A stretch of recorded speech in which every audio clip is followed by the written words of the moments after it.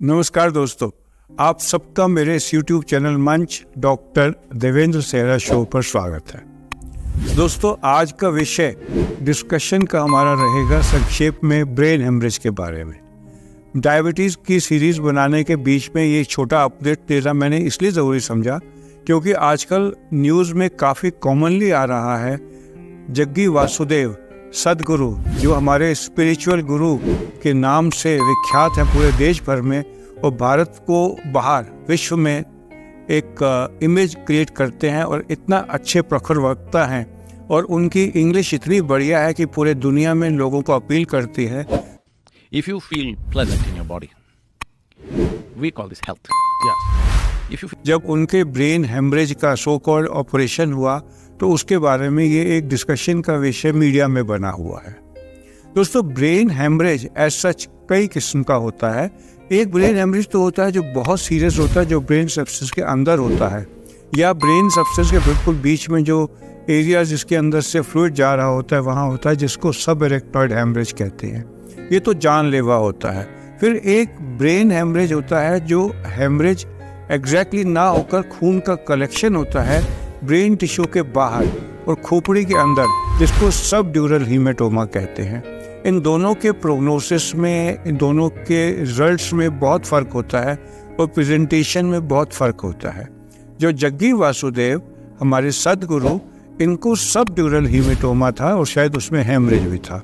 ये वाला हेमरेज या जो हेमरेज ब्रेन के सब्सटेंस के अंदर होता है उससे बिल्कुल फ़र्क होता है, क्योंकि ब्रेन सब्सटेंस के अंदर अगर हेमरेज होगा तो वो एक बहुत बड़ा एरिया दिमाग का जो हमारा यूज़ काम करने का है उसमें इन्वॉल्व कर लेगा, जिससे न्यूरोलॉजिकल डेफिसिट आ जाएंगे, यानी कि जो इस सब ब्रेन का जाएगा वो काम करना बंद कर देगा।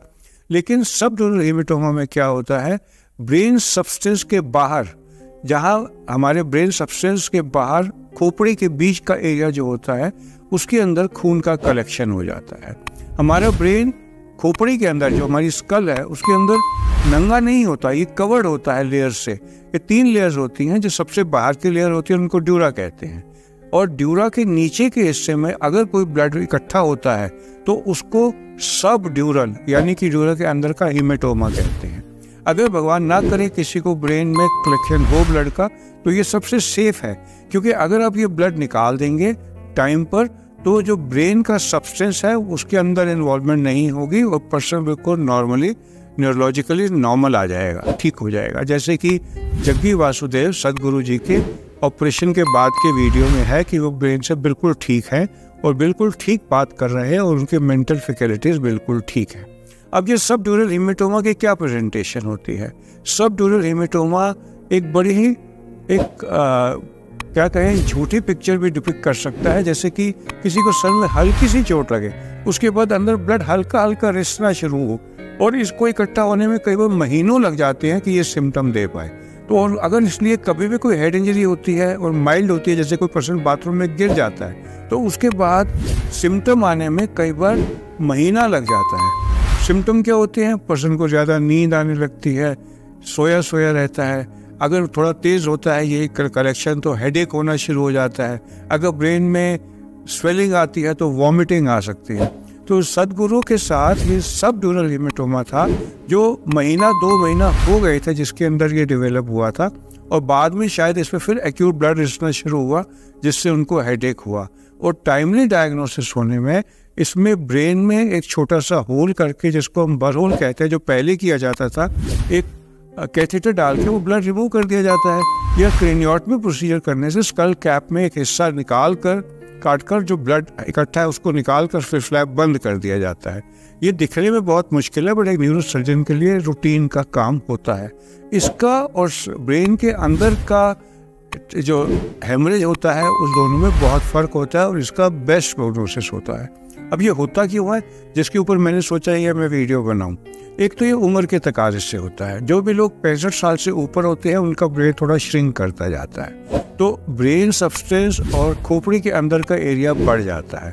तो अगर किसी वजह से कोई झटका लग जाए, कोई ब्लड वैसे रिसना शुरू हो जाए, स्पेशली ऐसी उम्र के लोग जो हैं वो कोई ब्लड थिनर ले रहे होते हैं, कई क्लोपिडोग्रेल ले रहे होते हैं या एस्पिरिन ले रहे होते हैं, क्योंकि उनको कोई हार्ट की प्रॉब्लम ना आ जाए, कोई हार्ट की प्रॉब्लम रही ना हो, एंजाइना हो, तो उनका ब्लड ऑलरेडी पतला होता है, ब्रेन थोड़ा श्रंकन हो जाता है उम्र से, तो छोटे से भी झटका लगने से वहाँ पर ब्लड लीक कर सकता है। तो अगर आपके कोई रिलेशन है जिनके शरीर में कभी चोट लगी है 1-2 महीना पहले, हेडेक रहता है, वॉमिटिंग आती है, तो ऐसे केसेस में सीटी स्कैन ज़रूर करा लेना चाहिए।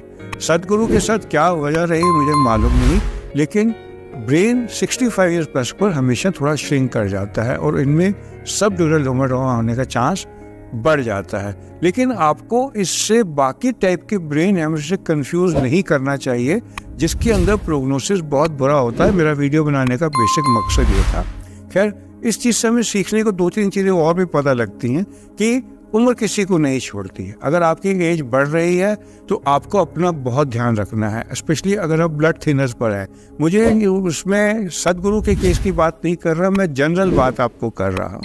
और दूसरा ये कि इलाज के लिए जब भारतवर्ष में प्राइवेट हॉस्पिटल और सरकारी अस्पतालों में सेम टाइप का इलाज मिलना शुरू होगा और हमारे जो वीआईपी भी हैं वो अगर प्राइवेट हॉस्पिटल की जगह सरकारी अस्पताल में इलाज लेना प्रेफर करेंगे, जैसा कि स्कैंडिनेवियन कंट्रीज में है, उस दिन जाकर भारत को रियल विकसित देश कहा जाएगा।